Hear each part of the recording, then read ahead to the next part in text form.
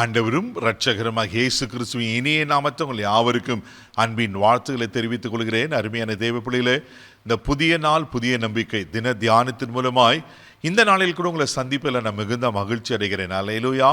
இன்றைக்கு கூட கர்த்தர் நமக்கு கொடுக்கிற வார்த்தை என்ன? யோவான் சுவிசேஷம் 15ஆம் அதிகாரம் 4வது வசனத்தை கூட வாசிக்க கேட்போம். என்னில் நிலைத்திருங்கள், நானும் உங்களில் நிலைத்திருப்பேன். கொடியானது திராட்சை செடியில் நிலைத்திராவிட்டால் அது தானாய் கனி கொடுக்க மாட்டாதது போல நீங்களும் என்னில் நிலைத்திராவிட்டால் கனி கொடுக்க மாட்டீர்கள். ஆமென். ஆண்டவர் அழகான ஒரு காரியத்தை நமக்கு சொல்லுகிறார். என்னில் நிலைத்திருங்கள், நானும் உங்களை நிலைத்திருப்பேன். அல்லேலூயா. ஏன் நிலைத்திருக்கணுமா? கொடியானது செடியில நிலைத்தராவிட்டால் தானாய் கனி கொடுக்க மாட்டாது. அது நிலைத்திருக்கிறதுனால கனி கொடுக்கிறது.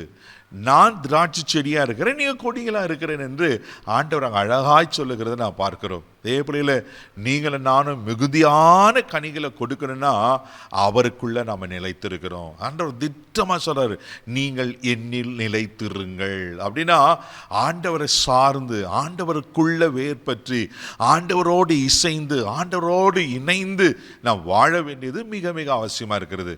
இப்ப செடியும் கொடியும் பிரிக்க முடியுமா? அதோடு தான் அது ஒட்டி இருக்கும். நம்ம ஆண்டவரை விட்டு வாழ முடியுமா? யோசித்து பாருங்க. நான் சொல்ல, என்னால் ஆண்டவரை விட்டு வாழ முடியாது. ஆமென். அவருக்குள்ள நிலைத்திருந்தா தான் நான் வாழவே முடியும். அதனால தான் ஆண்டவர் சொல்றாரு, நீங்க என்னில நிலைத்திருங்கள் என்று.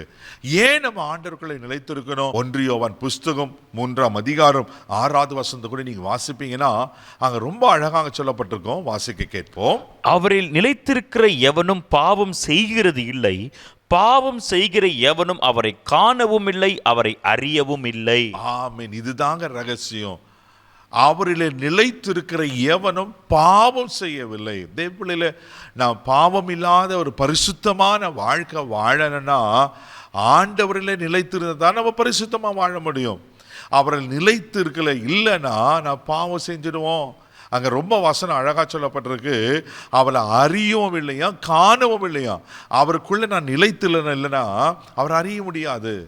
ஆமென். கிறிஸ்துவை அறிகிற அறிவினால் நீங்கள நான் நிரப்பப்பட வேண்டும் அல்லவா?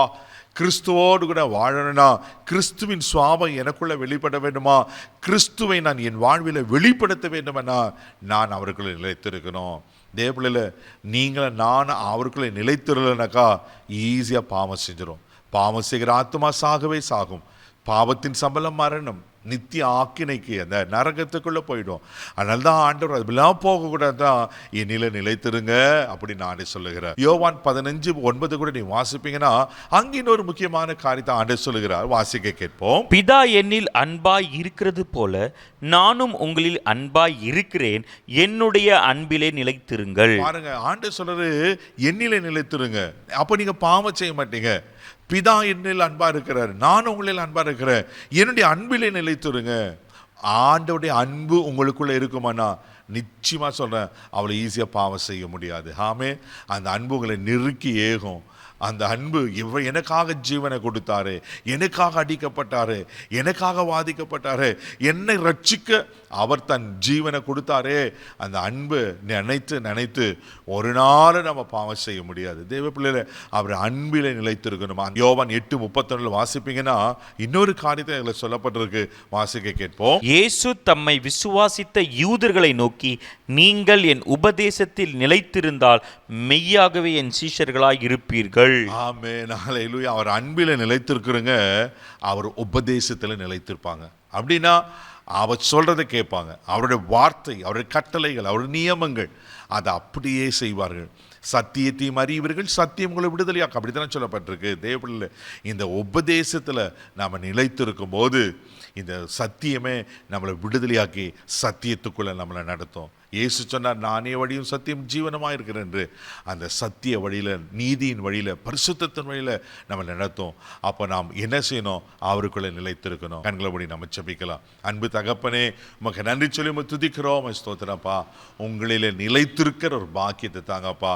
ஆண்டவரே, கொடியானது திராட்சை செடியில் நிலைத்திருக்கிறது போல ஆண்டவரே, திராட்சை செடியே உங்களில் நாங்களே நிலைத்திருந்து மிகுந்த கனிகளை கொடுக்க ஆண்டவரே நீங்கள் உதவி செய்யுங்க.